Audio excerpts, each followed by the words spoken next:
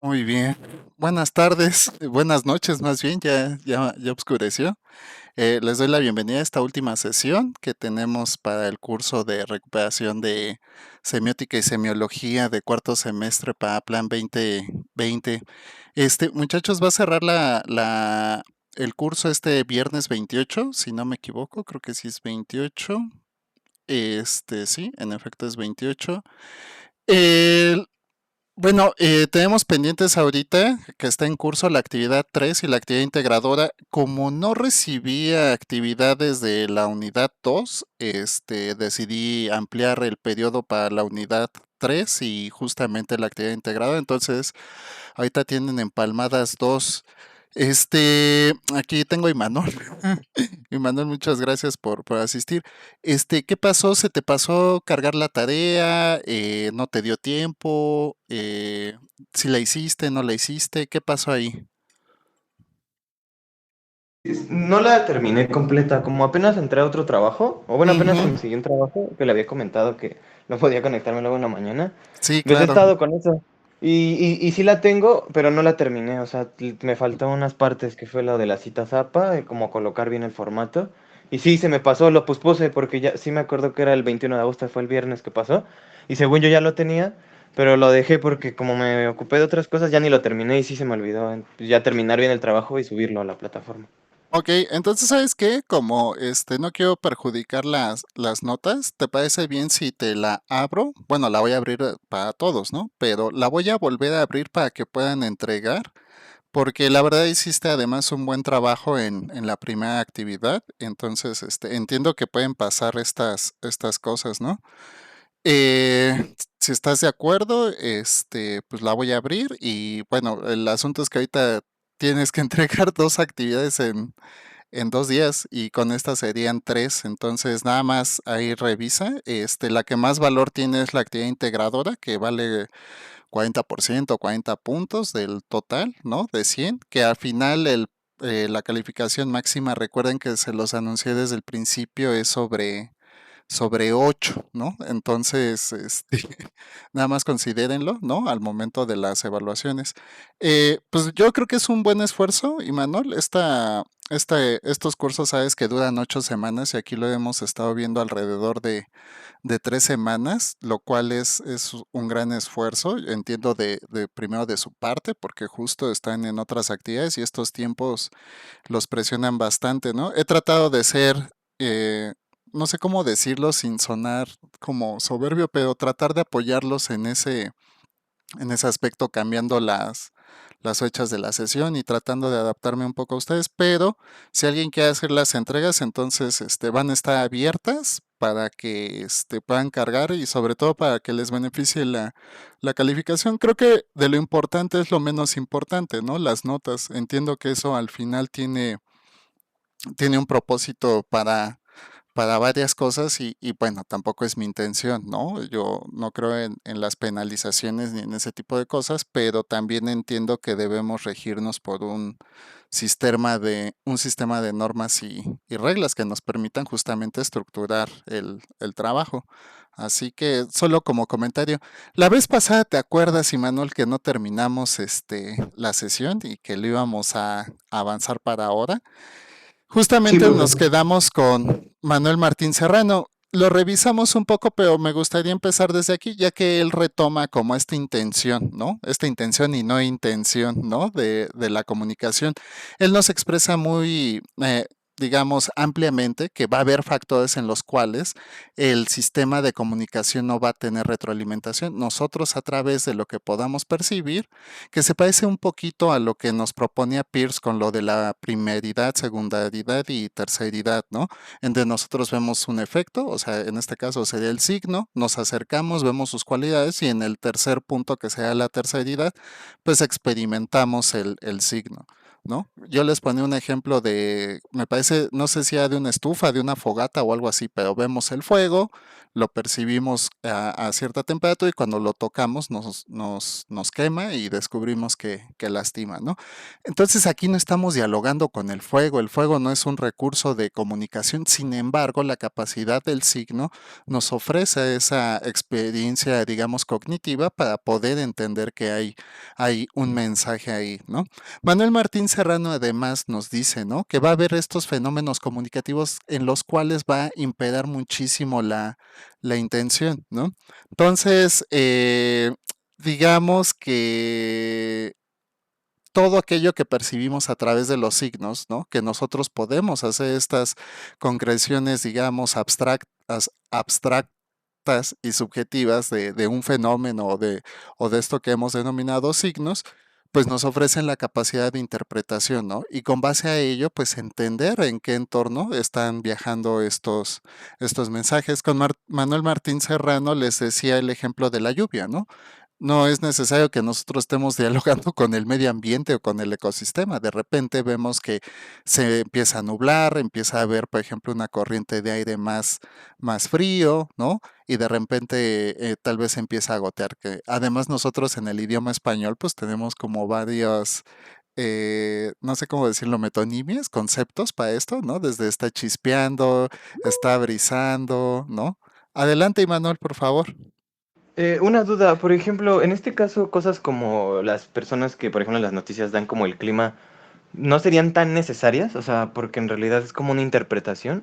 O sí, como que eso todavía sigue siendo relevante, porque hoy en día, por ejemplo, con nuestro teléfono, pues ya podemos ver cómo va a estar el clima, ¿no? O sea, no sé qué tan relevante es como la información de el clima en general, o si la necesitamos como dato en el día a día. Fíjate que eso era lo que abordábamos en sistemas y códigos, ¿no? Y lo vamos a ver un poquito más adelante en esto, en información, comunicación y significación. Pero justo, ¿no? Nosotros necesitamos conocer el código lingüístico y luego el subcódigo. Y hablando un poco, por ejemplo, de este tipo de cosas, ¿no? De por qué necesitamos el reporte del clima, porque son pronósticos dentro de la discursividad que nosotros tenemos o de las experiencias prácticas que tenemos en el día a día, nosotros hacemos una serie de pronósticos que recaen justamente en la información que nosotros tenemos. Mucha de esta puede ser, por ejemplo, información basada en método científico que lo que pretende es anticipar ciertos patrones, no solo en esto del noticiero del clima, ¿no? O en esta sección del clima en los noticieros, sino también, por ejemplo, en las campañas publicitarias, en marketing, en campañas políticas, ¿no? Hay una serie de valores, ¿no? Que sí intervienen, por ejemplo, al momento del circuito, no solo de crear un mensaje, sino ya en el de la comunicación. Y esto nos lleva, por ejemplo, a la experiencia más práctica y en la que más tangible es este tipo de situación. Ay, perdonen que traigo sudadera, pero es que justo aquí en la Ciudad de México está haciendo un buen de frío y como yo vivo en un quinto piso, pues como que aquí pega bien directo si hace calor o hace frío, entonces no es falta de atención con ustedes, es un poco por cuidar la permeabilidad de mi salud, ¿no?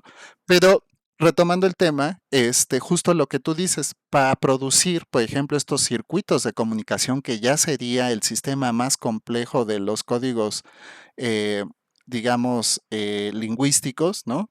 En lo que se referiría, por ejemplo, a hacer semiosis, pues justamente es esto, ¿no? ¿Cómo procesamos la información que tenemos? Por eso es tan importante ir partiendo de todos los modelos o todos estos sistemas de análisis semiótico que tenemos. Y uno de estos es Martín Serrano, que a mí me parece muy bien justamente como cuando nosotros revisamos lo que ocurre en nuestro entorno, es decir, para lo que nosotros percibimos en contexto, ¿no? Luego tenemos sistemas y códigos. Esto lo tocábamos también un poquito la vez pasada, ¿no? Y nosotros tenemos que reconocer, ¿no? Que dentro de nuestra cultura tenemos una serie de códigos, no solo lingüísticos o simbólicos, ¿no? Hay una serie de cosas. Recuerden que en la primera sesión abordábamos lo de índice, ¿no? Símbolo e icono, que son como formas universales, ¿no? O adoptadas por una gran, ¿cómo decirlo? por una gran parte de la población, ¿no? Yo hasta diría por la población mundial, ¿no? Cada uno puede representar ciertas cosas que para todos los demás serían símiles, ¿no?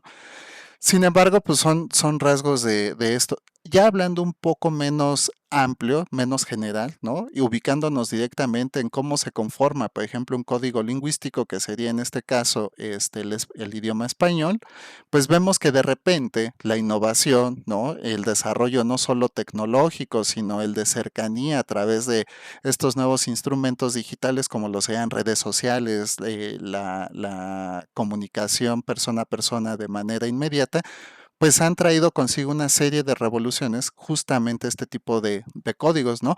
Pasando como de cosas que eran en algún momento subcódigos, decir como cosas que eran muy concretas entre grupos muy pequeños hacerse de manera muy general. Justamente el otro día retomabas esto de farmear aura, ¿no? De los torneos que justo en esta semana creo que explotó porque en YouTube y en redes sociales he visto que no para. No sé si karmáticamente abrimos ese tipo de conversación o de energía, pero he visto que esta semana ha proliferado muchísimo, muchísimo el tema, ¿no? Entonces, farmear aura, ¿no? No sé dónde se haya concebido, pero justamente emana de una concepción que estaba tal vez en un grupo muy restringido. Y es ahora un concepto que incluso habla a la gente de otras generaciones, ¿no? En el cual se debate si es correcto, incorrecto, si es artístico, no es artístico, que no sé qué, bla, bla, bla, ¿no? Nosotros hablábamos incluso un poquito, inclusive con esta brecha tal vez generacional que tengamos entre tú y yo, Immanuel, pero justo así funciona, ¿no? Nuestro código lingüístico se va reformando en el tiempo. Por ello es muy importante, ¿no? Tratar de entender, ¿no? Que cualquier proceso comunicativo va a tener, digamos, dos componendas, que es lo que muestra este diagrama. Ay, perdón, es que acá tengo la presentación y acá tengo la pantalla. Pero justamente uno es el sistema social, ¿no? Que sería lo que Humberto Eco denomina cultura, cómo la cultura moldea, ¿no? Nuestro lenguaje, nuestros rituales, nuestros niveles o nuestra capacidad de interacción, etcétera, etcétera. Y eso incluye precisamente el lenguaje. Luego va a haber, ¿no? Otros sistemas que son no sé si decir más complejos, pero sí más estructurados, ¿no? Que serían, por ejemplo, el psicológico, el biológico, o sea, es decir, nuestra capacidad para obedecer a esa exposición social o cultural, ¿no? Todos estos dos, ¿no? Valores van a inferir precisamente en cómo se construye el mensaje. Por ejemplo, hablando de códigos lingüísticos en el idioma español, pues tenemos cierta acentuación, tenemos cierta gramática, ortografía, ¿no? Una manera, ¿no? Muy concreta de cómo desarrollar una idea.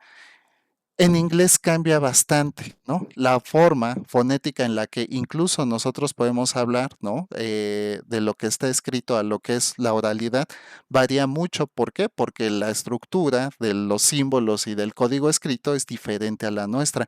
Entonces, por ejemplo, no podríamos emular ciertas palabras que serían muy similares, ¿no? O que podrían incluso significar lo mismo, que serían los cognados. Los cognados son palabras que en español y en inglés se escriben igual y significan lo mismo, pero luego encontramos una anomia, una anomalía que serían los falsos cognados, que son palabras que se escriben igual en español y en inglés, pero significan cosas muy, muy, muy diferentes, ¿no? Entonces, estas son las vicisitudes, ¿no? En cuanto a temas, por ejemplo, de la estructura, digamos, social. Pero esto va a afectar también justamente ciertos valores, hablando, por ejemplo, de lo biológico, de lo físico o de lo psicológico. Por ejemplo, en el idioma francés se puede acentuar, creo que hasta tres letras dentro de la misma palabra, pero si no son tres, estoy seguro que al menos son dos.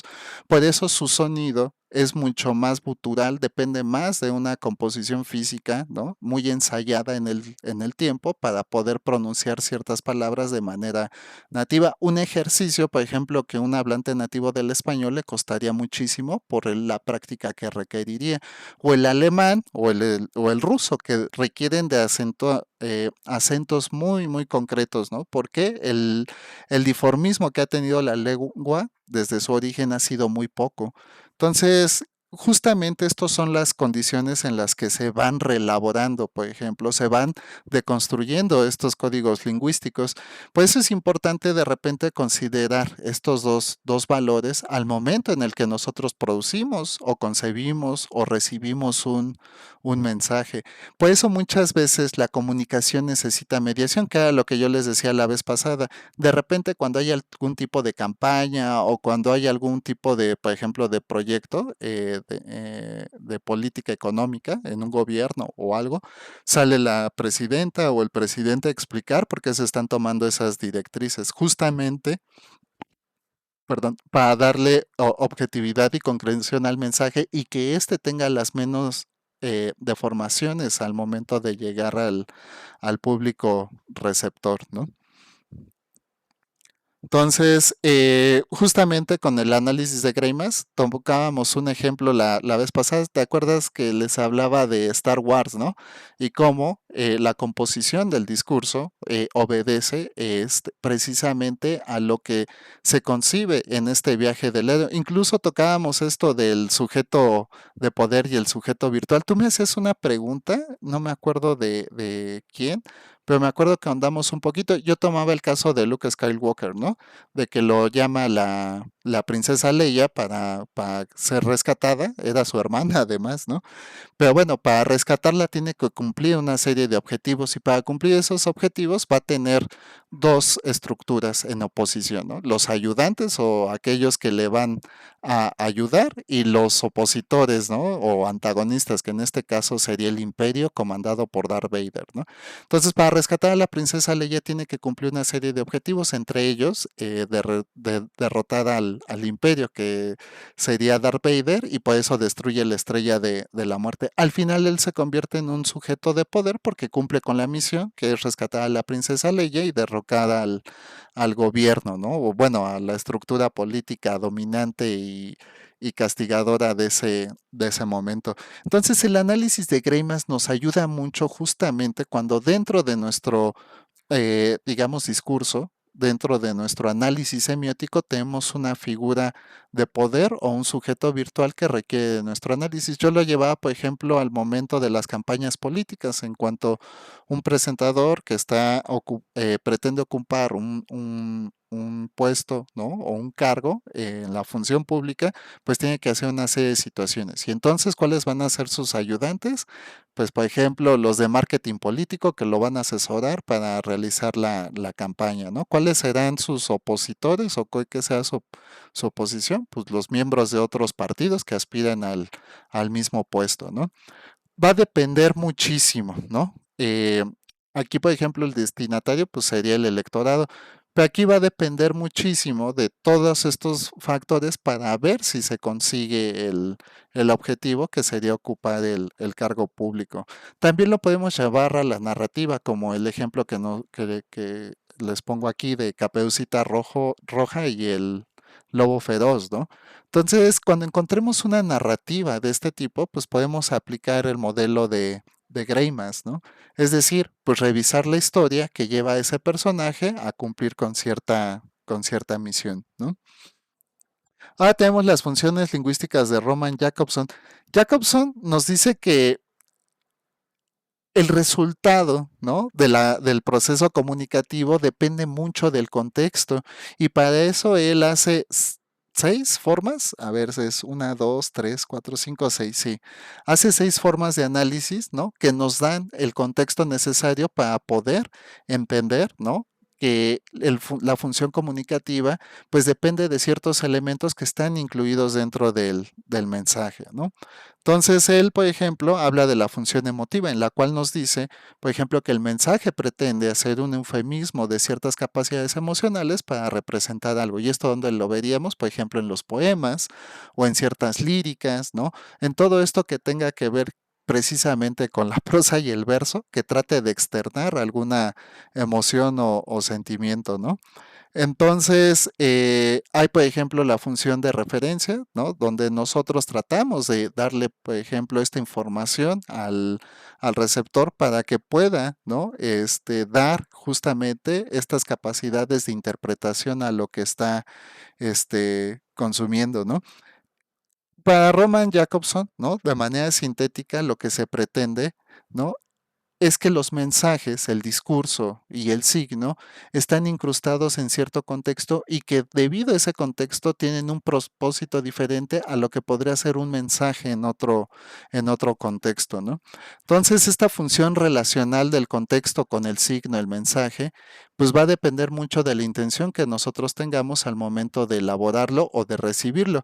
Porque justamente tomar, por ejemplo, un discurso político como una obra emotiva o lírica, que es lo que pretenden muchos políticos, pues sería incorrecto, porque esto nos aislaría un poco de la objetividad necesaria para analizar estas figuras de, bueno, no quisiera decir de poder, porque si todavía no está en el cargo, no tiene esa capacidad de ejercicio, pero digamos que justamente es lo que tratan de transmitirnos, ¿no? Y así se han creado muchísimos de los procesos de identidad nacional en los países, que es esto de que la historia reivindica las figuras de poder, ¿no? Mm, muy bien. Ahora pasamos con James Lev, ¿no? Él, fíjense que trae una cosa súper importante, que es esto de la sustancia, ¿no? La sustancia, independientemente de la expresión o el contenido, lo que nos trata de decir que debajo, ¿no? De toda esta capacidad de análisis semiótico o de la semiosis que hacemos en cuanto a los signos que percibimos, ¿no? Trae consigo una, ¿cómo decirlo? Una forma inequívoca, ¿no? De estructurar el código lingüístico.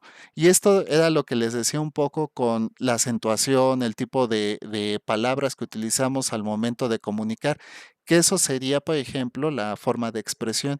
Dentro del contenido, lo que nosotros podemos hacer, tener esta representación, sería la información que se encuentra precisamente repositada ahí para que nosotros podamos insumirla, ¿no?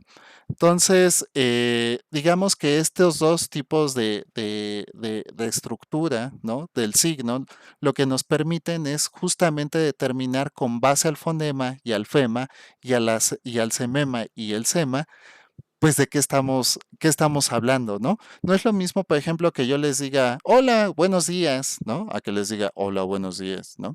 Justamente el contenido y la expresión van a estar determinadas por nuestra forma fonética en la que nosotros expresamos el mensaje y a cómo lo perciben los demás. Ahora, puede cambiar también, no es lo mismo que yo les diga hola, buenos días, a que les diga muy buenos días, jovencitos, o que les diga buenos días, jovencitos, o que les diga buenos días estudiantes o que les diga buenos días queridos estudiantes. Hay una forma en que la expresión y el contenido van a modificar no solo el tipo de mensaje, sino la forma en que nos va a hacer sentir ese mensaje.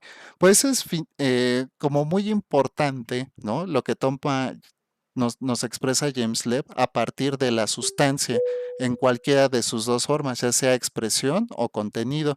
El final de esto es entender que el signo es dinámico y mutable no solo por su origen, sino por la capacidad de uso o la capacidad utilitaria que nosotros podamos darle al momento de usarlo para crear un mensaje integrarlo a un sistema de comunicación. Hola Julieta, bienvenida, buenas tardes. ¿Cómo estás?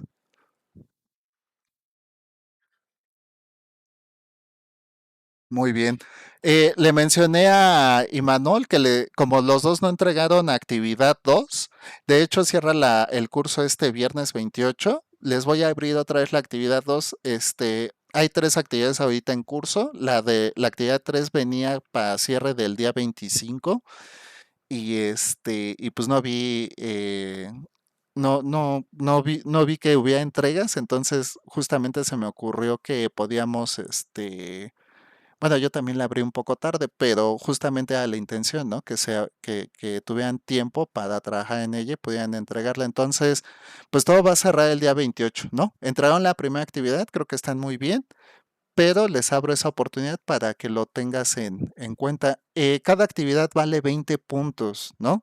La que más valor tiene es la integradora, que son 40. Entonces, pues hagan sus cuentas. Les recuerdo, como les dije desde la primera sesión, es la calificación máxima va a ser 8, ¿no?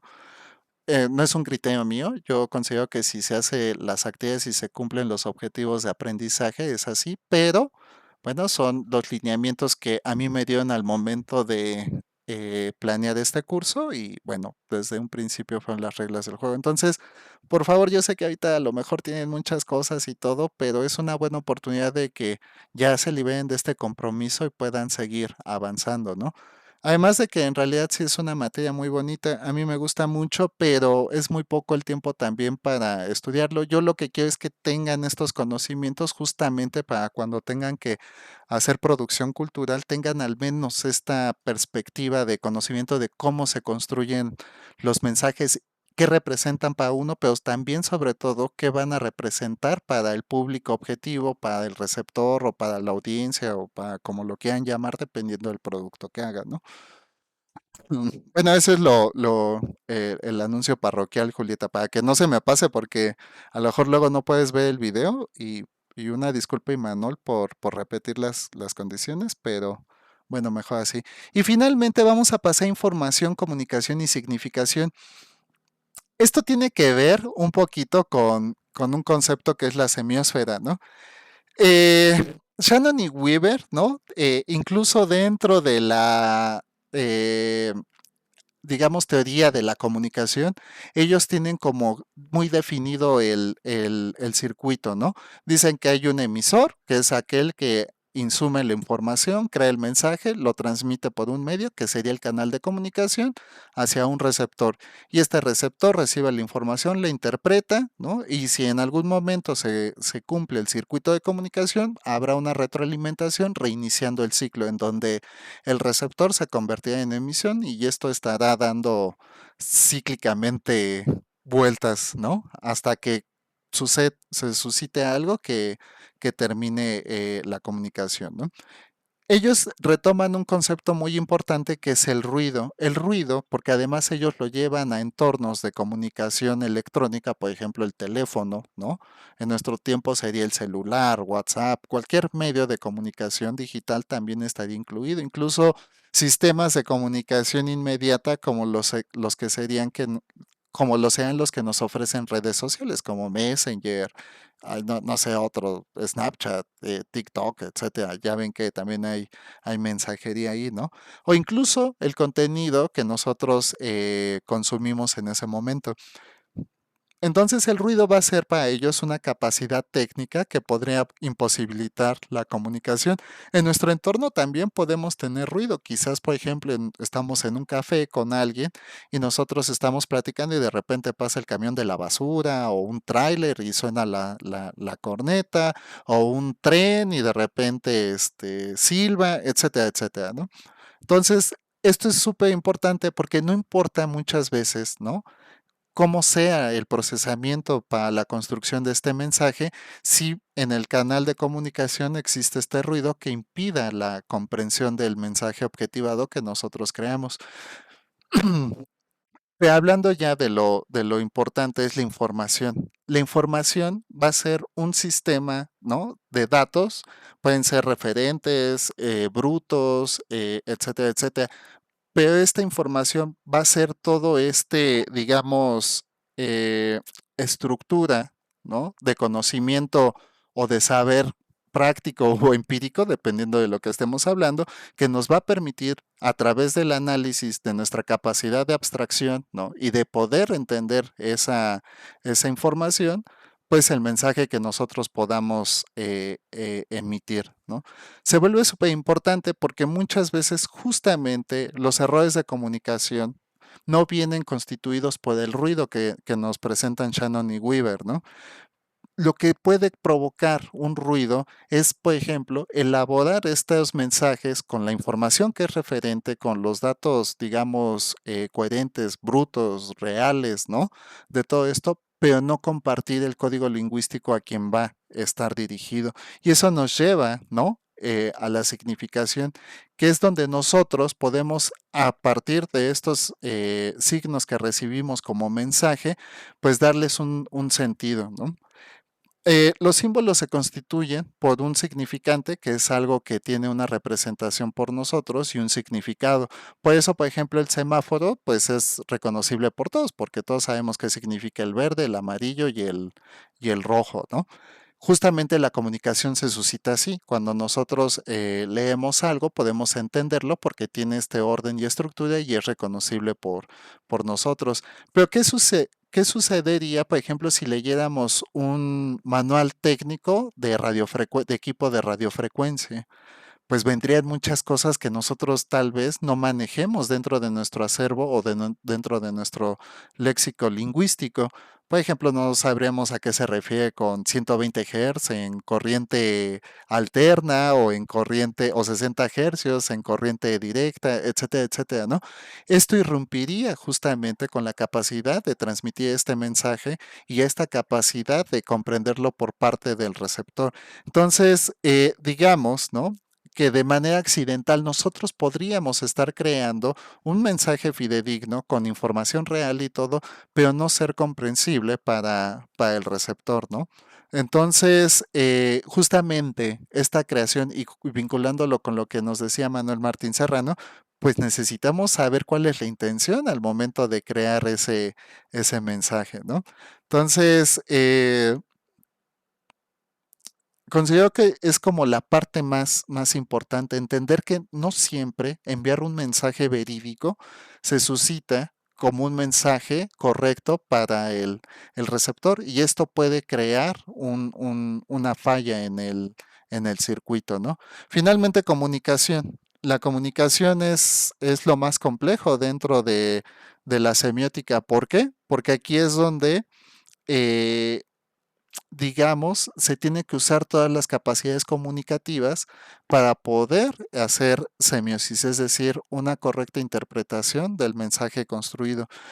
Para ello, podemos ver que la comunicación va a estar delimitada por una serie de factores y de valores.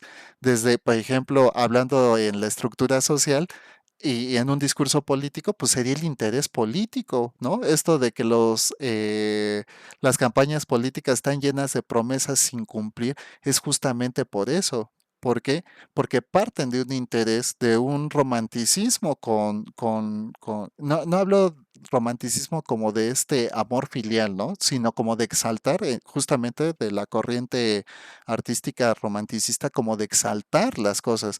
Por eso esta reivindicación autobiográfica, bueno, no autobiográfica, biográfica, aunque sí autobiográfica, porque justamente muchos de los políticos salen a decir, no, yo crecí, no tenía nada y toda la vida he trabajado. Entonces sí hay como una reivindicación autobiográfica y biográfica para este tipo de sujetos.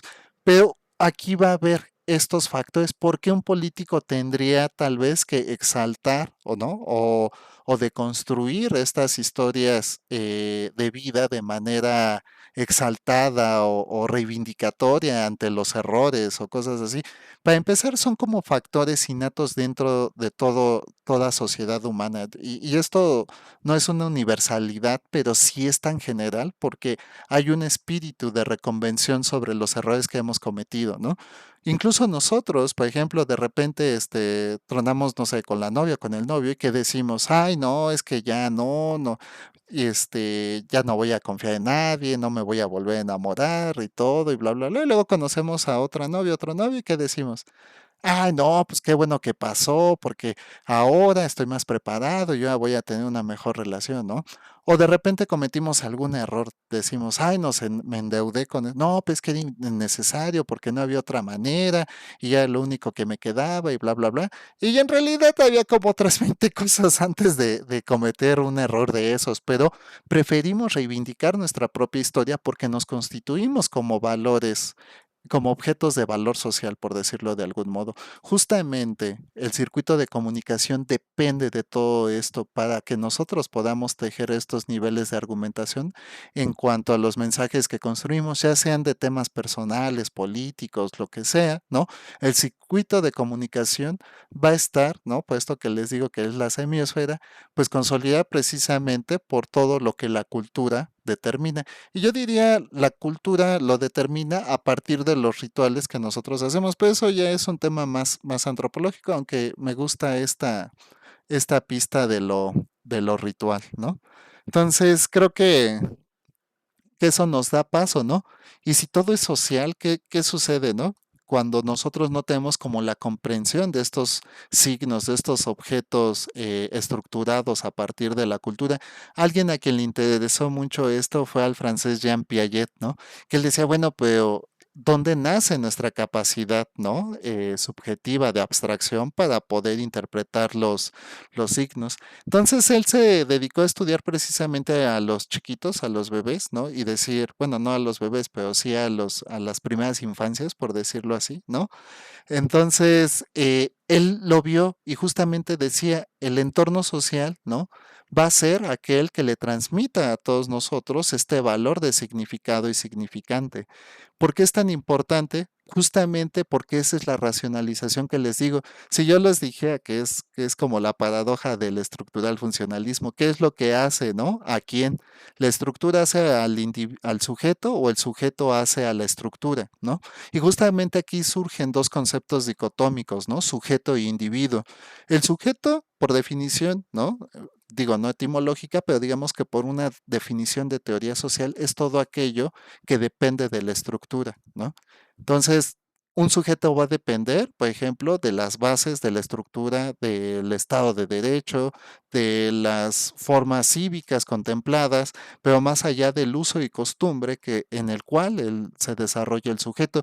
Porque muy bien, tenemos todas las leyes y existen leyes casi para todo, pero nadie se sabe de todos los artículos de la Constitución. Y ese es uno de los grandes problemas, por ejemplo, al momento de exigir derechos, que no sabemos cuáles son nuestros verdaderos derechos.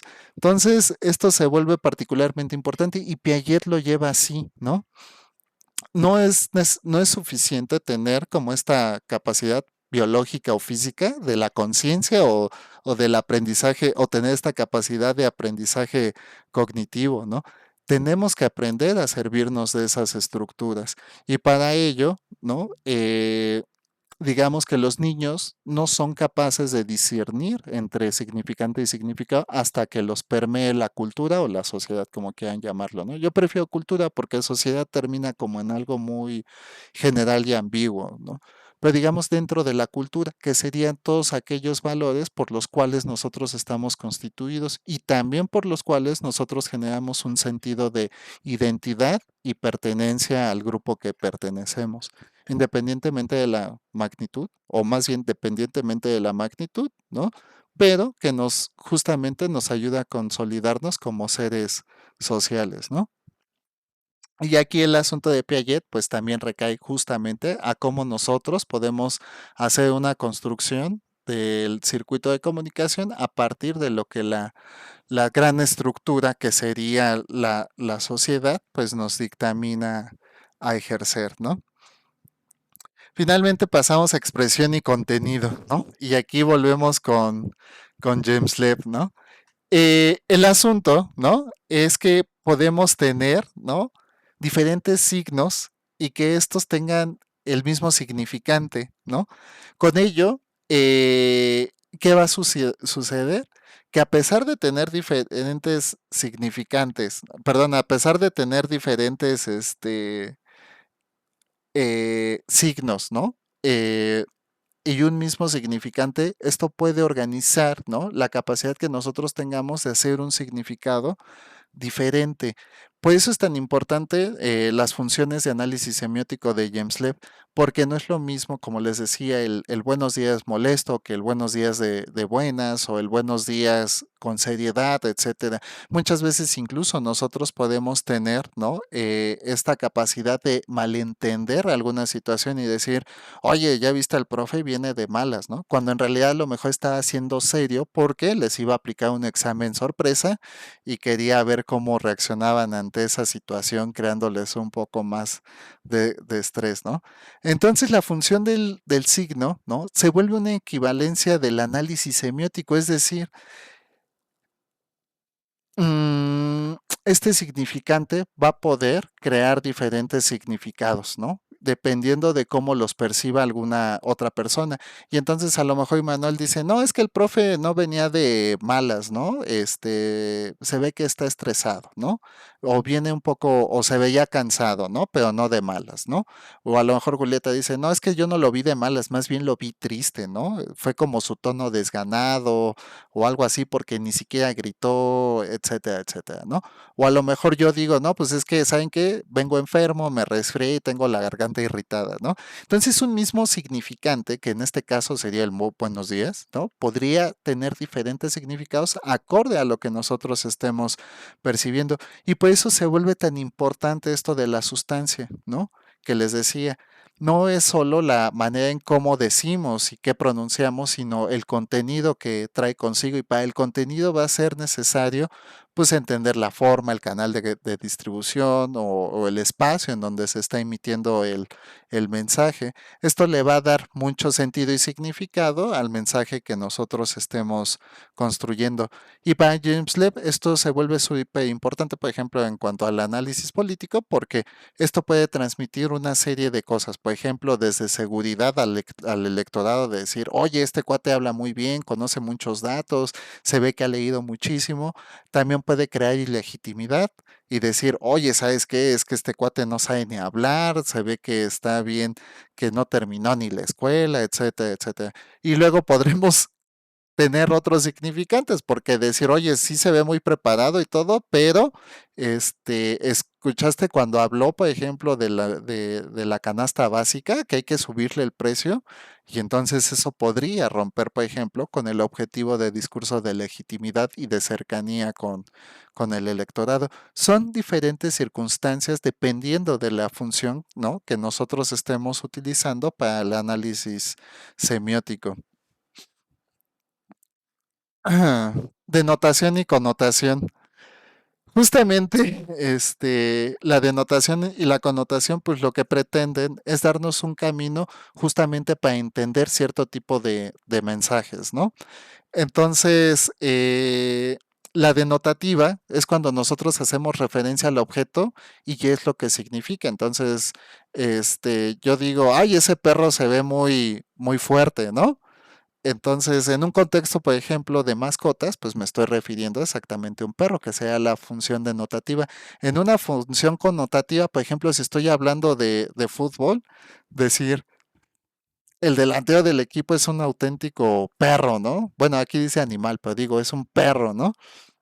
No es que esté emulando, ¿no? Que sea un canino de cuatro patas con colmillos y etcétera, ¿no? Sino más bien a una atribución, ¿cómo decirlo? A una cualidad de exaltación física porque pues anda para todos lados y así. En nuestro idioma, por ejemplo, este concepto de perro tiene muchísimas variantes, ¿no? Que se me hace particularmente un buen ejemplo, ¿no? Decimos perro, por ejemplo, cuando hablamos de un hombre que es muy mujeriego, ¿no? O cosas así, ¿no? Al típico que le dicen todas mías, ¿no? Cuando hablamos de perro en una función como peyorativa, podríamos hablar de alguien que es muy, muy faldero, muy lambiscón, etcétera, ¿no? O también a alguien que es muy, ¿cómo decirlo? Muy somero o mezquino en cuanto al afecto propio, ¿no? Al autoestima, ¿no? ¿Por qué? Porque es como patea al perro y siempre regresa. Entonces, justamente la función connotativa, ¿no? Tiene estos, según yo es al revés.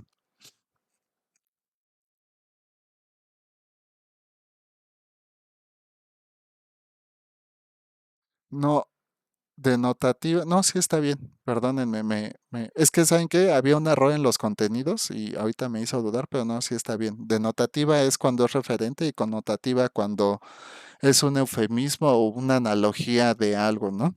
Entonces, puede haber muchos significados a partir de usar este significante, ¿no? El asunto es que nosotros tratemos de que no nos salgamos dentro del contexto del subcódigo en el cual está siendo compartido, ¿no? Uno de estos fenómenos de connotación se da mucho, como les decía, en toda la lírica. ya sea albur, poesía, música, etcétera, etcétera, ¿no? Pero es ahí donde mayormente vamos a encontrar este tipo de analogías y para ello me parecen muy, muy claros estos ejemplos sobre animal, ¿no? O perro, ¿no? El perro de mi vecino ladra cada vez que alguien pasa junto a la reja, pues es completamente referencial a una acción explícita que está cometiendo el perrito, ¿no? Y el otro, ¿no? Solo está alardeando como un animal, perro que ladra no muerde, ¿no? O sea, de que en realidad, pues solo grita, pero no comete ninguna acción, ¿no? Finalmente, mensaje y texto, ¿no? Judy Lotman es el que nos propone este concepto de la semiósfera y justamente él es el que dice, va a haber una red de entramados, ¿no? Que va a hacer configurar los mensajes mediante un modo. Esto más adelante lo podríamos ver con la filología y la hermenéutica, ¿no? Que son como las dos ramas que buscan codificar los mensajes escritos, pero digamos que el texto va a estar delimitado justamente por todo este concepto, ¿cómo decirlo? Por todo este contexto cultural, es decir, el texto no puede existir sin este espacio, ¿no? Delimitado por la historia y el tiempo. Es decir, la cronología se vuelve parte de la cultura y esta cultura va a determinar muchísimo la forma en que le damos sentido y a la construcción de los mensajes escritos. Por eso les decía, si no mal recuerdo en la primera sesión, tal vez en la segunda, pero creo que fue en la primera, la forma lingüística, ¿no? Ya sea oral o escrita, en la que se hablaba hace 10 años es diferente a la que se habla hoy. Pero si nos vamos más atrás a cómo se hablaba hace 30 años, 50 años, 100 años, 200 años, 500 años, es el mismo código lingüístico, ¿no? A lo mejor con ciertas variantes, pero el idioma, ¿no? Este código va cambiando a través del tiempo. Por eso es importante, ¿no? Entender que justamente el texto en el tiempo puede cambiar de intenciones. Ahora no sé si han ido a ver lo de la película La Odisea, pero justamente es un claro y muy específico caso de cómo es el código escrito. En un principio, pues, se escribe la Odisea, ¿no? Y ay, según yo es Homero, pero si estoy cometiendo una burrada, díganme. Pero según yo es Homero, ¿no? Escribe la Ilíada y posteriormente la Odisea. En esos tiempos, incluso varios, como Dante Alighieri, constituían sus escrituras a partir de cantos, porque literalmente eran cantos. Como no había capacidad de imprenta y los escritos se hacían de manera muy artesanal, no había esta producción en masa que tenemos hoy en día, ni siquiera una producción real sobre los escritos, ¿no? Se hacían cantos y se enseñaban estos cantos a los juglares, trovadores, etcétera, que iban de reino en reino como serían como las noticias de esos tiempos, ¿no? Iban de pueblo en pueblo llevando estos cánticos y así contaban las historias. Entonces, por eso la Divina Comedia, la Odisea están escrito en cantos. En el caso de la Ilíada y la Odisea, pues son cosas que pasaron hace tiempo, muchísimo tiempo y que requirieron una reconstrucción de estos cantos. Por eso la gente se debate mucho, no, es que así no la diseñó Homero, Homero hablaba de otra cosa, porque caen en la interpretación, ¿no? Caen en la interpretación de los textos que se pudieron recuperar y a través de ciertos análisis, pues se puede reestructurar, por ejemplo, la lectura de estos cantos. Por eso queda como muy a la interpretación. Sin embargo, esto ha ido requiriendo, por ejemplo, de un desarrollo, de una reconvención del lenguaje aunque por sí mismo, ¿no? Digamos que la historia no cambia, sí cambia muchísimo algunas cosas que le podrían dar otro tipo de sentido al mensaje que quería, por ejemplo, el autor en su primera construcción original del escrito. Entonces, digamos que el texto, además, ¿no? De producir sentido y significado, pues va a tener esta resignificación constante del espacio y del tiempo en el cual se encuentran insertos, ¿no? Por eso la obra de Nolan me parece como muy, muy, ¿cómo decirlo? pues muy apropiada, justamente como para hacernos un replanteamiento de cómo concebimos ciertas obras, ¿no? No recae en lo ilegítimo o en sino simplemente en una construcción, ¿no? De algo que se ha presentado a lo largo del tiempo y que él mismo se permite hacer su propia interpretación, ¿no? Finalmente, ya llevo como cuatro diciendo finalmente y no vamos creo que no vamos ni a la mitad, pero contenido irreferente. Esto nos pasa, ¿no? Porque muchas veces, digamos, dentro de los códigos lingüísticos, aunque diferentes, vamos a encontrar estas similitudes, no solo por la oralidad o la forma escrita, sino por la gestualidad que podríamos utilizar para representar ciertas cosas. Y justamente es esta la gestualidad que se me ocurrió, ¿no? Del no sé. ¿Cómo decimos no sé, por ejemplo, en Francia, en Holanda, en inglés o algo, ¿no? Pues hacemos el mismo gesto, es como, no sé, ni idea, ¿no? Aunque podamos usar expresiones orales, verbales o fonéticas diferentes, el gesto es como de común acuerdo. Y esto nos lleva un poco a lo que les decía, lo del símbolo, ¿no? El símbolo necesita significante y significado, algo que sea reconocido por la mayor cantidad de personas.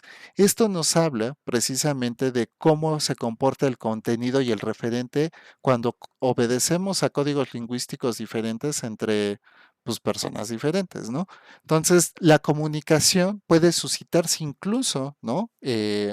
Contraponiendo un poco a lo que, bueno, no contraponiendo a lo que dice Eco, porque Eco sí lo lleva a la práctica, pero diciendo, muchas veces no necesitamos, ¿no? Compartir el código lingüístico, ¿no? O los subcódigos de este código para poder entablar un sistema de comunicación. Sin embargo, no significa, ¿no? Por este tipo de signo al momento de redactar o compartir un mensaje, pues que sea un sistema de comunicación complejo. Imagínense, ¿no? Se ha tratado, ¿no? De sofisticar estos sistemas, digamos, de gestualidad, por ejemplo, el lenguaje de señas, pues se ha vuelto un sistema cada vez más complejo que justamente lo que trata es de abarcar la mayor capacidad de construcción del mensaje. Pero digamos que a simples señas, ¿no? En el cual no se comparte el código, pues va a ser muy difícil entablar comunicación o un sistema complejo de comunicación, ¿no? Pero nos puede resolver ciertas situaciones justamente para afinar lo que nosotros deseamos transmitir, ¿no? Y finalmente el interpretante. Ay, yo traigo ahora esa muletilla de finalmente, ¿no? Para todos, desde Pierce, Azure, Echo, Gemslev, Greimas, el interpretante es como la parte, digamos, más importante de la semiótica, ¿no? Este concepto lo que pretende es decirnos que perdón, el análisis del signo, ¿no? Se puede separar de la interpretación que le damos. Recuerden que con Saussure teníamos este análisis eh, binario, ¿no? Entre significante y significado. Luego vino Peirce y tiene esta triada, ¿no? Entre el signo, el significante y el significado, ¿no?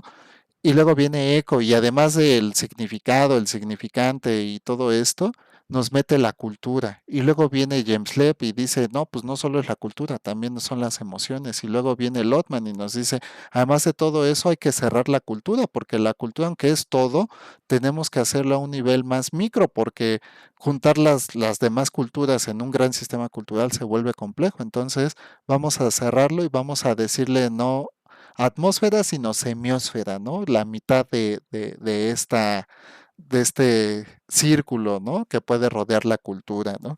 Entonces, Greimas también nos lleva y nos dice, bueno, pues podemos hacer análisis a partir de la construcción de la historia del sujeto, ¿no? todo mundo, todo mundo a partir del análisis funcional que tenga para la semiosis, no puede descartar, ¿no? al interpretante porque es el que tiene la capacidad de construir interpretación, es decir, de construir significado. Entonces, va a haber como ciertas restricciones, ¿no? Porque mientras Peirce nos habla, por ejemplo, de la semiosis ilimitada, que es nuestra capacidad que a partir de un signo o de este significante nosotros podamos hacer interpretaciones infinitas, pues es cierto, pero también habría que cerrarlo. Eco nos dice un poco esto. Humberto Eco nos dice, bueno, sí, hay un momento en el que el análisis tiene que parar, porque si no caeríamos en sobreanálisis y estaríamos buscando explicaciones para construir nuevos significados que no solo serían ya incorrectos, sino que nos distraerían precisamente del objetivo central, que sería entender, darle significado al mensaje, ¿no?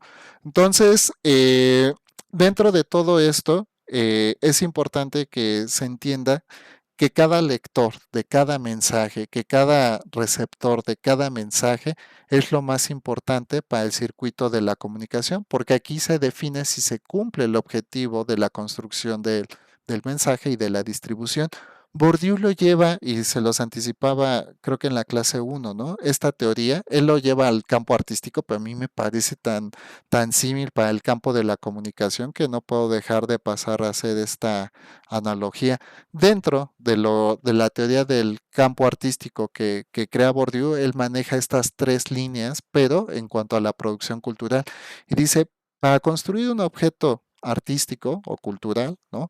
Es súper importante el entorno porque es el que va a determinar qué tipo de obra va a ser el artista. No es lo mismo crecer en ciertos espacios con ciertas identidades a crecer en otro espacio con otras identidades. Y eso va a determinar mucho la figura estética que nosotros deseamos crear para crear estos objetos artísticos o culturales. Digamos que la cultura va a permear la identidad del sujeto, perdón, del individuo para crear estos efectos. Luego, también, ¿no? El sujeto, a partir de toda esta intervención que hace la sociedad, va a determinar la intención para la distribución de su objeto y esto se vuelve súper importante para Bourdieu porque dice, muchas veces ni siquiera importa la obra artística, ni el esfuerzo del artista, sino por dónde lo distribuye, ¿no? Y a quién lo quiere hacer llegar. Y entonces aquí pasan muchísimas cosas extrañas, ¿no? En cuanto a los canales, bueno, yo estoy hablando de Bourdieu y objeto artístico, pero recuerden que también lo estoy llevando al campo de la semiosis, ¿no?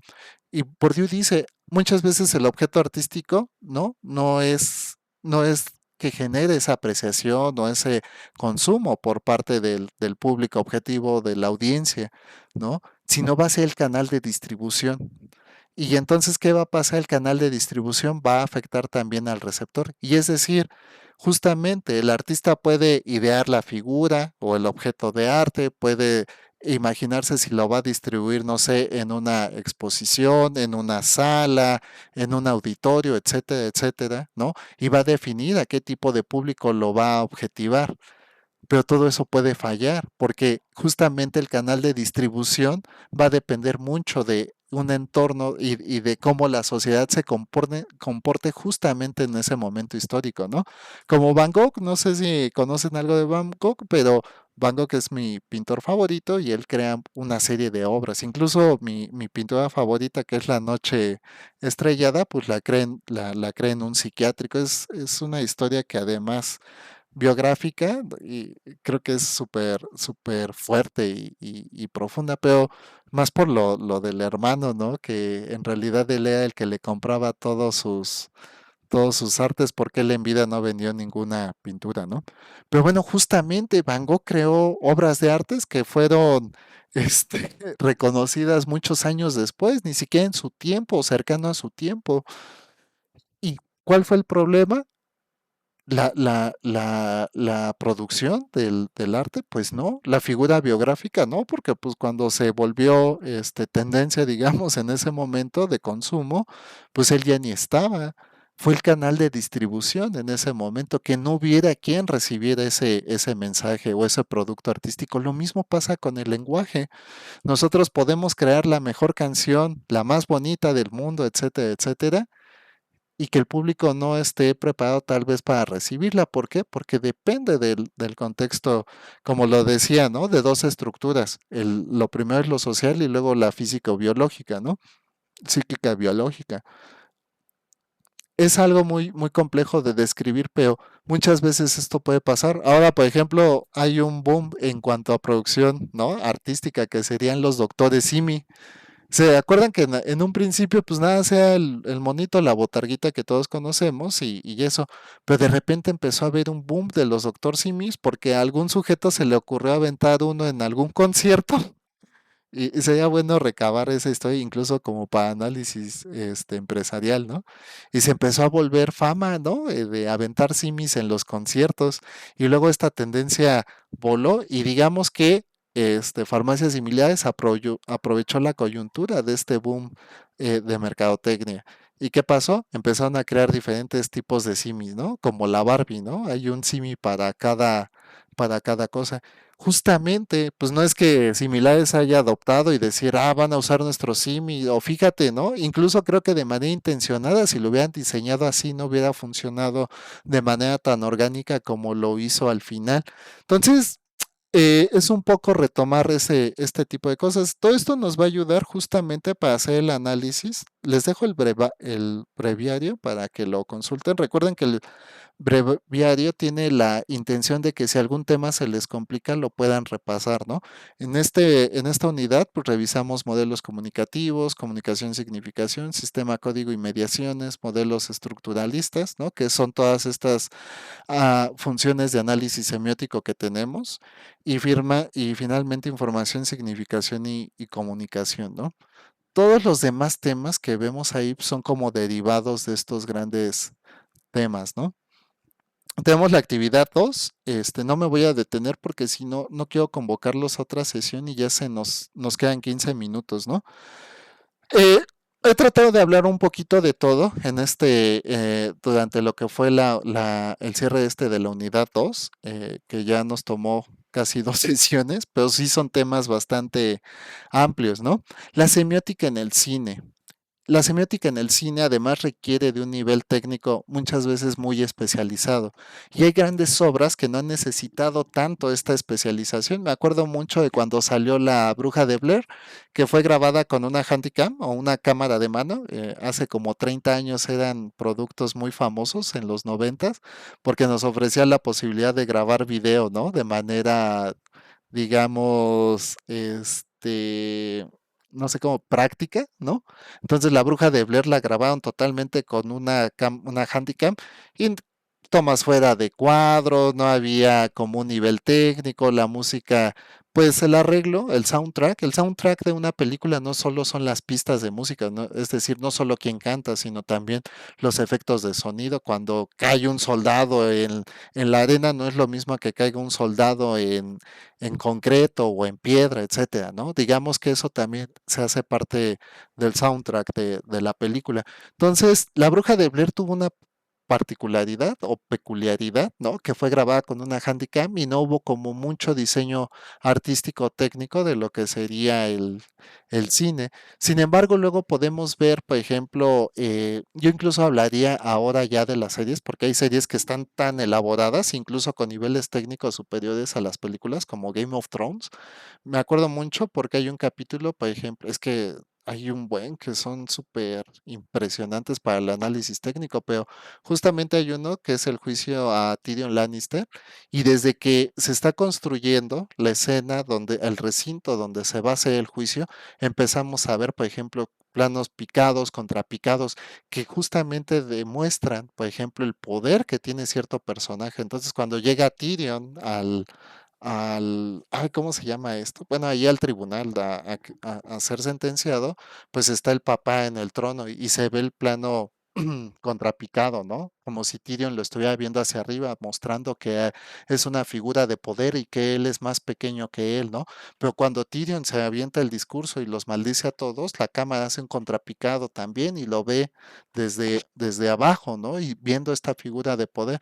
Ahora, un contrapicado es como cuando va entrando Tyrion Lannister y la cámara se posiciona por encima de él, viéndolo como la diminutez ante la gran masa de gente. Entonces, todos estos niveles técnicos, ¿no?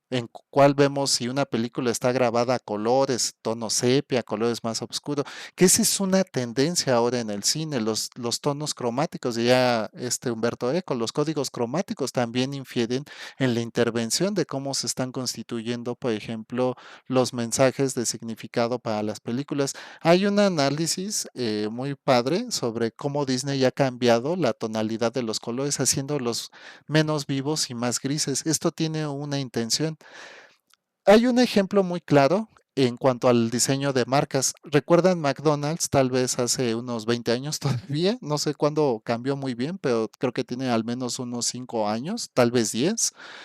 Pero McDonald's antes eran restaurantes muy coloridos y vistosos, y sobre todo marcados por el rojo y el amarillo, que son los colores de su iconografía o ay, se me fue el nombre. Bueno, pero de su marca, ¿no? Entonces, los restaurantes, incluso el área de juegos y todo, tenía muchos colores. Ahora han visto cómo son los McDonald's en tendencia. Son grises con colores negros. Y esta es una nueva tendencia. ¿Por qué? Justamente los comercios lo están adoptando porque demuestra mayor poder adquisitivo, muestra otro tipo de estatus a cuando, por ejemplo, tenía colores amarillos y rojos, ¿no? Otro caso de este tipo es Oxxo. Oxxo antes era amarillo y rojo, sus tiendas hasta tienen todavía la mayoría esta franja. Ay, perdón, no recuerdo si es amarillo o rojo, pero tenían esta franja. Pero ya hay Oxxos, por ejemplo, sobre todo en carreteras, los nuevos, ya no están siendo construidos con esta cromática, ahora son grises con negro. Entonces, digamos que la semiótica en el cine son una serie de valores técnicos, ¿no? Acomodados para transmitir algo al espectador. Y es esto que les digo, no es solo la música ni la posición de las cámaras, es todo, es la indumentaria, es cómo se va a presentar. Christopher Nolan, ahora que presentó la Odisea, lo presentó en IMAX de 75 milímetros porque él decía que ese era el mejor formato, pero luego vemos las limitaciones técnicas porque creo que solo hay 19 salas de ese tipo en todo el mundo, ¿no? Y luego viene el IMAX que te presenta una visión más recortada de la obra y luego viene la normal que ya es así como la limitación más escandalosa de la obra, ¿no? Y entonces la experiencia entre cada una de las ediciones transforma justamente lo que el público puede percibir de la obra. ¿Esto transforma el mensaje? Sí, estructuralmente no tanto, pero sí lo modifica. Y entonces justamente habría que ver qué es lo que uno percibe al momento eh, de tener esta experiencia en tres formatos diferentes, ¿no? Entonces, hay muchas cosas dentro de la narrativa del cine o de las series o de todo este contenido narrativo que se produce. Uno de ellos, y es muy importante, son las adaptaciones. Entonces, por ejemplo, a lo mejor no sé si les queda el ejemplo, porque de verdad trato de darles ejemplos que sean más referentes para ustedes, pero hay muy pocos, ¿no? A lo mejor Betty la Fea, ¿no? La de Beatriz Pinzón, la novela colombiana, ¿no? En esos tiempos a lo mejor no había celulares tan modernos, no había WhatsApp, no había redes sociales tan, bueno, a lo mejor sí había, pero no tan proliferantes como ahora. Y ahora, por ejemplo, Telemundo hace una adaptación de Betty la Fea, ¿no? Y entonces, ¿qué tiene que pasar? Si tiene que adaptar esa historia a los tiempos, y eso que no son más de 20 años de esa historia, ¿no? Pero ha cambiado muchísimo la forma, no solo social y tecnológica en la cual están constituidos esos personajes, sino en la forma fonética, lingüística, los nuevos modismos, coloquialismos, todas estas nuevas fuentes de recursos lingüísticos, pues se tienen que adaptar para que sean referentes para las personas que están viendo ahora esta novela, ¿no? Entonces aquí hay algo, y es un tema, ¿no? Que está en cualquier obra de este tipo, que es la adaptación. La adaptación se encarga justamente de ajustar esos recursos, ¿no? Critican a Nolan, por ejemplo, con el tema de la Odisea, porque dicen que hizo a Agamenón como un tipo Batman con su armadura y así y todo, ¿no? Entonces, ¿por qué dicen de Batman, no? justamente porque se construye bajo un código que es referente para todas estas personas que son fans de Christopher Nolan o para los que son fans del Batman de Christopher Nolan, ¿no? Entonces, justamente se juegan con ese tipo de cosas y ahí es donde influye muchísimo la adaptación que se haga de una obra para su representación en un contexto más actual, ¿no? Y bueno, tal vez nada más para cerrar lo del cine, el cine ha tratado como de transmitir estos objetos de manera más experiencial. Por ejemplo, se creó el cine 3D, luego tenemos, por ejemplo, cine IMAX, ahora están muy de moda estos cines 4D, en donde que hasta te mojan, te secan, te ponen frío, calor, para que tengas como una experiencia más inmersiva, ¿no? Entonces, digamos que el cine se ha puesto como en avanzada en esa composición y construcción de estos mensajes para un público objetivo, ¿no? Luego viene la semiótica, musical, ¿no?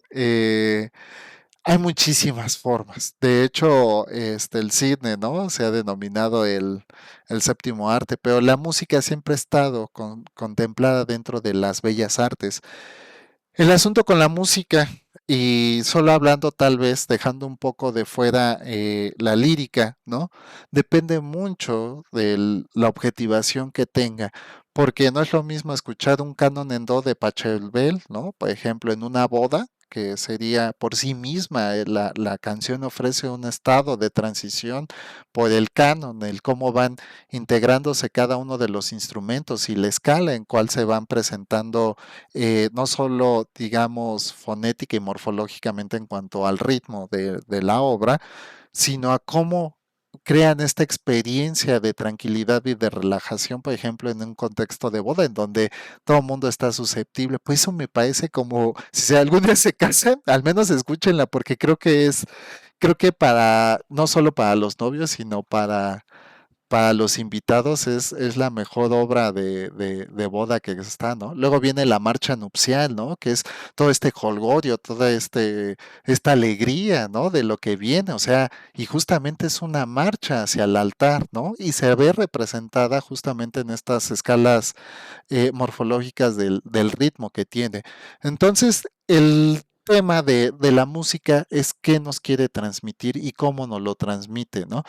¿Qué emociones va a crear? Diría James Lebb, cuál es su función emotiva y cuáles van a ser estos rasgos a través de que nos van a hacer percibir e interpretar, ¿no? De lo que sería la estructura sonora. Para nosotros se vuelve muy importante tal vez siquiera el nivel técnico, porque además la música se percibe a través de uno de los sentidos, que es el auditivo, pero los sentidos justamente nos subliman, ¿no? A poder crear estas composiciones artísticas. Yo me voy a la música clásica, la verdad es que me parece uno de los referentes más apropiados porque pues es mi composición natural. Yo no sé, escucho Lacrimosa de Mozart y digo, ah, no manches, qué impresionante, ¿no? Pero también puedo escuchar un opus, ¿no?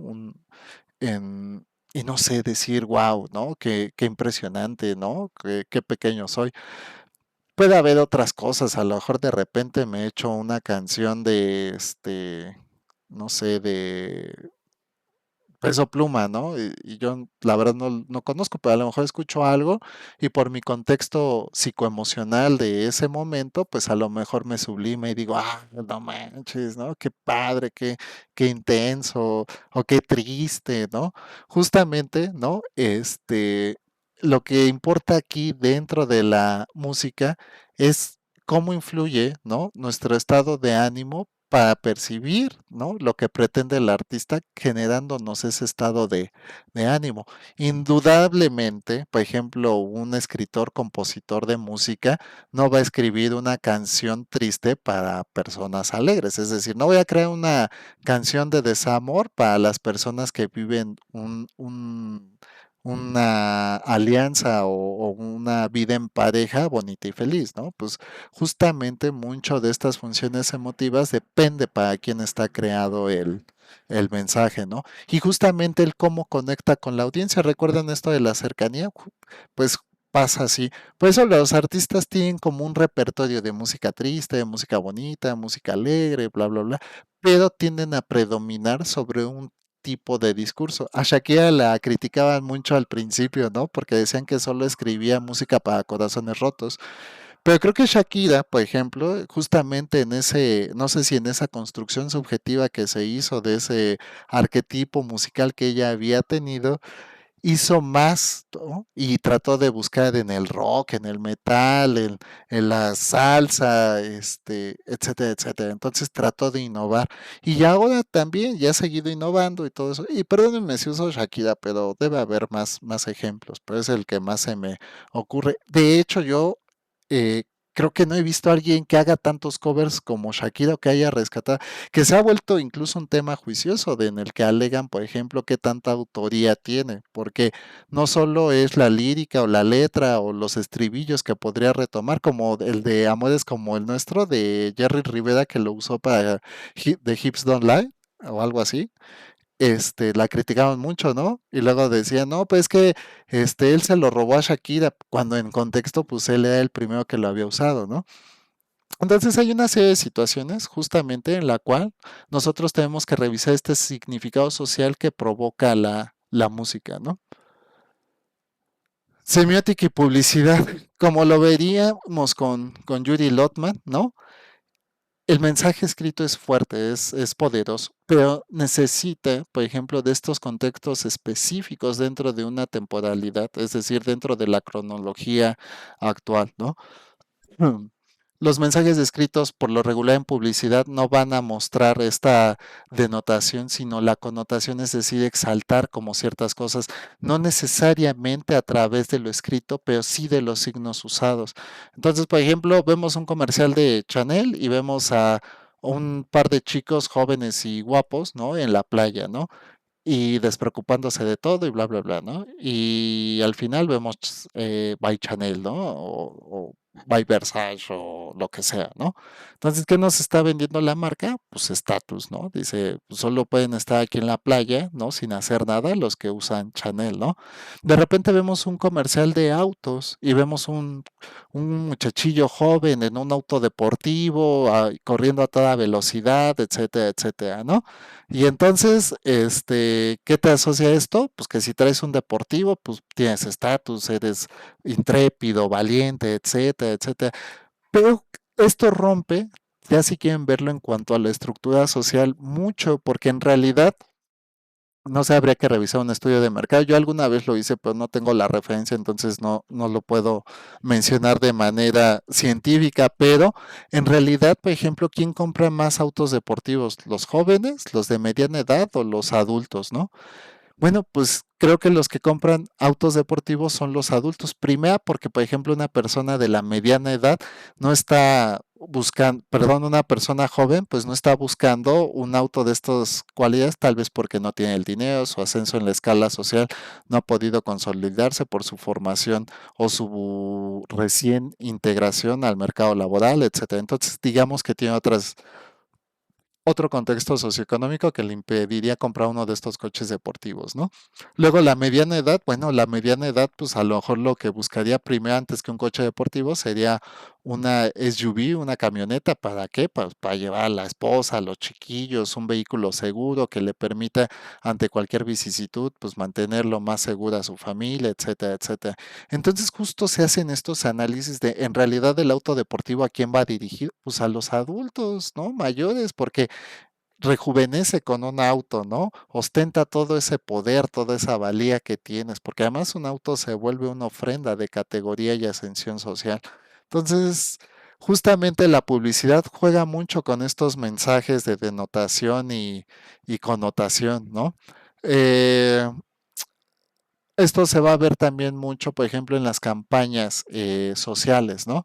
La manera en cómo representa, por ejemplo, una comunidad vulnerable, ¿no? Ante una amenaza como lo podría ser la pobreza, la suciedad, la enfermedad, etcétera, etcétera, puede terminar buscando, puede buscar la sensibilidad de la población o algo, pero también podría crear un tejo como de laceración social, ¿no? Esto a lo que llaman de revictimizar, ¿no? Este tipo de poblaciones o mostrar, ¿no? Connotaciones de inferioridad, dependencia, incapacidad de salir adelante, etcétera, etcétera, que son discursos sociales muy fuertes que se han ido consolidando en el tiempo, ¿no? Entonces, finalmente, bueno, no, falta la moda y creo que los videojuegos, sí, los videojuegos sí, sí falta, ¿no? Entonces, la moda también se vuelve, ¿no? Diría Humberto Eco, parte de un código semiótico, porque la moda por sí misma nos va a dar muchos detalles del contexto en el cual están inmersos los sujetos, ¿no? La ropa, la indumentaria, la moda se van a relacionar sobre todo con la edad, la profesión, la identidad, la pertenencia, el contexto, posición social, relaciones profesionales, etcétera. Entonces, ¿cuáles son, por ejemplo, algunos ejemplos? Pues no es lo mismo un doctor que va a trabajar con bata. ¿Recuerdan la serie de Doctor House que no usaba bata porque pues él no se consideraba parte de este prototipo o arquetipo del médico, ¿no? Común, ¿no? El uniforme escolar, por ejemplo, lo que pretende es mostrar minimizar las diferencias sociales en perdón, las diferencias en la estratificación social pues mostrando a todos en las mismas cualidades. Incluso, por ejemplo, de repente te dicen, no, tenis lisos, sin marca, que etcétera, que bla, bla, bla, ¿no?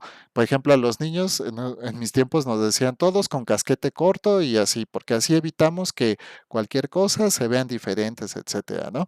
Sin embargo, va a haber otros espacios donde va a ser más libre, ¿no? Sin embargo, aquí van a predominar ciertas cromáticas. Por ejemplo, un ejecutivo, ¿no?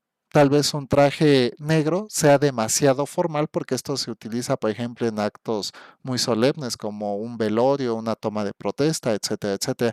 Pero tal vez colores azules, ¿no? Azules oscuros, como marino, la verdad no sé, rey o algo así, ¿no?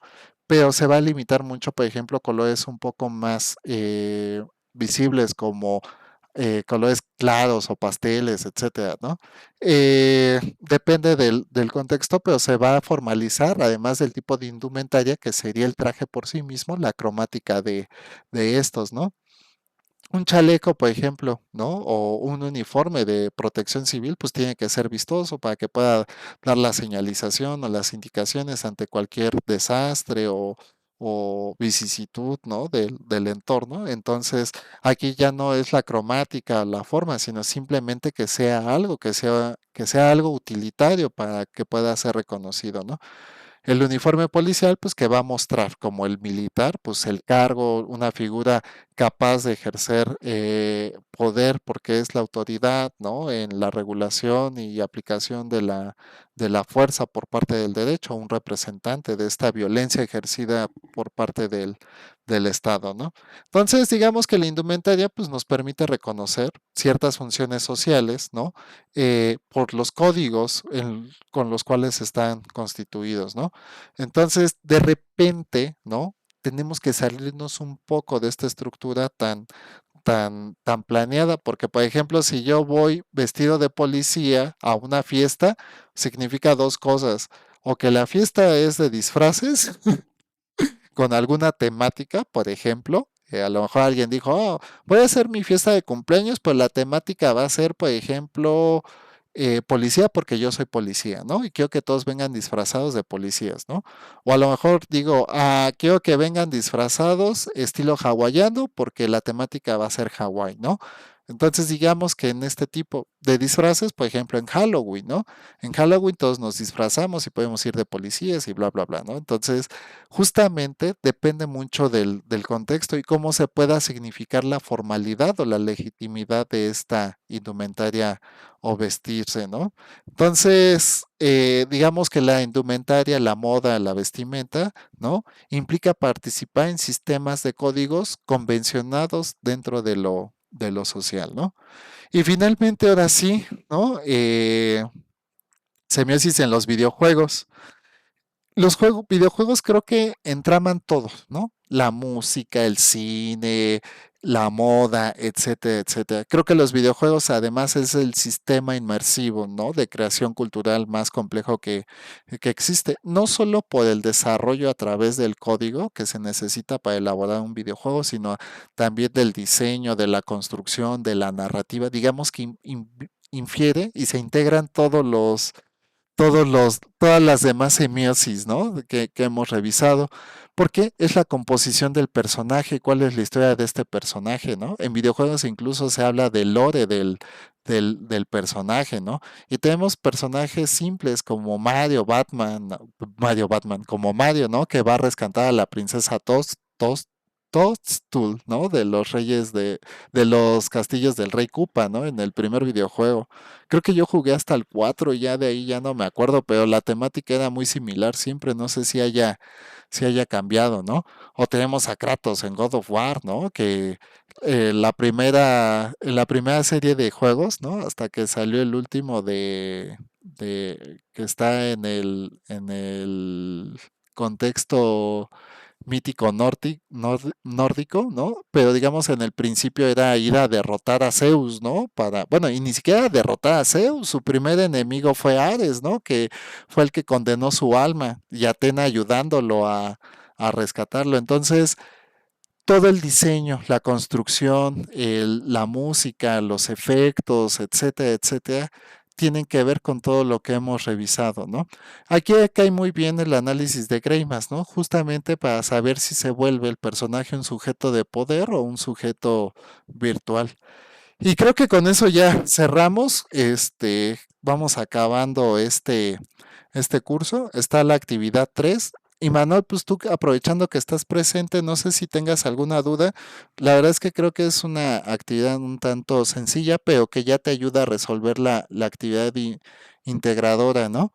Entonces, les estoy pidiendo un organizador gráfico. Yo siempre digo de su elección, porque entiendo que no todos tienen el mismo nivel de abstracción y etcétera. O sea, para mí a lo mejor es mejor un mapa conceptual y para ti, por ejemplo, una tabla comparativa, etcétera, ¿no? Entonces elijan el formato con el que mejor se desempeñen o el que más les ayude a organizar la información, ¿no? Y justamente aquí les pide, ¿no? Que lo vinculen con la problemática de un derecho humano, ¿no? Entonces, destinen esto a un público objetivo, ¿no? Una comunidad, puede ser pequeña, grande, dependiendo de la magnitud de lo que ustedes encuentren.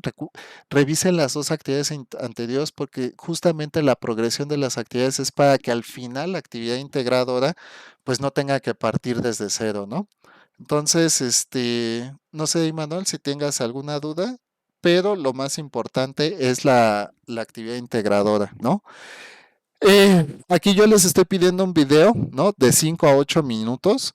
La verdad es que el video lo pueden hacer como quieran. Pueden salir ustedes a cuadro, pueden crear, por ejemplo, hacer un PowerPoint, ¿no? Hacer su plantilla con diapositivas explicando el cómo desarrollaron el video y todo, ¿no? Aquí lo importante, ¿no? Además del video y de la explicación, ¿no? Es que ustedes puedan construir un material cultural como parte de una campaña. Y justamente van a tener que considerar todo esto de la importancia del circuito de la comunicación, ¿no? Porque es importante, ¿no? Ustedes van a producir este tipo de, ¿cómo decirlo?, de materiales ya cuando estén insertos en el campo profesional, si no es que lo están ya desde ahora, ¿no? Una narrativa multimedia lo que nos va a ayudar es a retomar diferentes sistemas, ¿no? De producción, texto, fotografía, video, audio, animación, interacción, etcétera, etcétera, ¿no? Para que este objeto pueda ser difundido a través de un circuito de comunicación o algún medio de distribución, ¿no? El asunto es que ustedes contemplen que al momento de crear estos objetos culturales, artísticos o de difusión, ¿no? Van a estar interviniendo no solo la presión estructural de la sociedad, que es a lo que hemos denominado cultura, ¿no? Sino a que entiendan que cada uno de estos sistemas, texto, fotografía, tiene y posee sus propias apropiaciones, ¿no? Tiene sus propios signos, sus propios significantes. Por ejemplo, un mismo mensaje puede distribuirse por diferentes medios, pero por cada medio tener una intención y una interpretación diferente, ¿no? Por ello es necesario que ustedes entiendan, ¿no? Que cada plataforma va a tener sus propios códigos, sus propios formatos, sus propios tiempos, sus propias formas de interacción, ¿no? Con el público. Y justamente el público va a poder hacer este tipo de significado con ello, ¿no? Entonces, esto es lo que yo quiero. para la actividad integradora, ¿no? Les pido que al menos 30 segundos del video para mostrar claramente cuál es el material producido. Si esto ya lo retomaron en la explicación previa, ¿no? De la construcción del video, ¿no? No es necesario que al último, por ejemplo, vuelvan a explicar, ¿no? Todo lo que hicieron, porque solo quiero 30 segundos. Pero es decir, como que en 30 segundos ustedes de manera sintética puedan explicar cómo se constituye o la importancia de este objeto cultural para una campaña de difusión, ¿no? Entonces, ese sería el trabajo final. No sé, Imanol, si tengas alguna duda, ya para ir cerrando.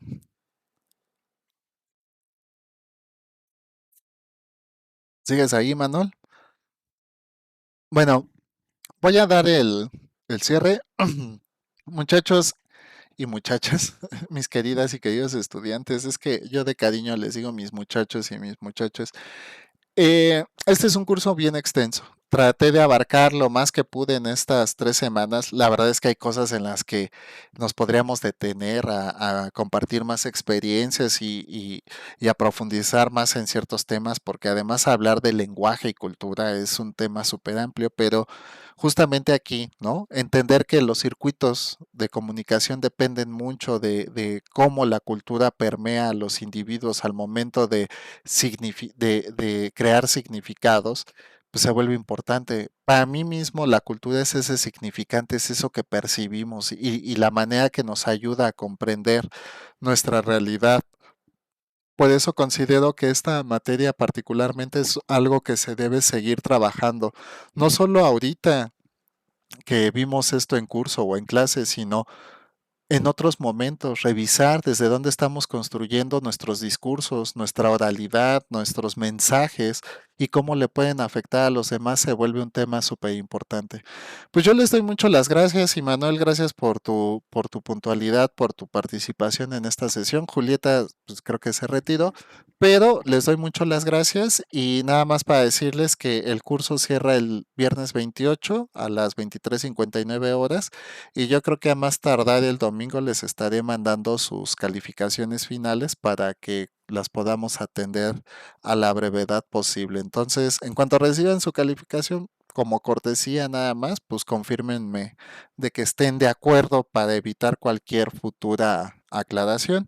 Y pues eso es todo. Les agradezco mucho su tiempo, su compromiso al momento de inscribirse y tomar este curso. Para mí ha sido un gusto y espero que lo hayan podido disfrutar. Muchas gracias, Immanuel, y muchas gracias a todos.